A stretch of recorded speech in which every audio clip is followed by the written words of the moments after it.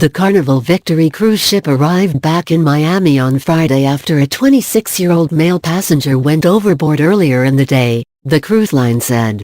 The U.S. Coast Guard released the ship from search and rescue efforts, but is continuing to search.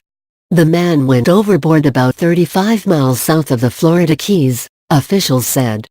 Coast Guard spokesman John Lally said the Coast Guard is using a fixed-wing aircraft, an HC-144 Ocean Sentry and a Coast Guard cutter in the search.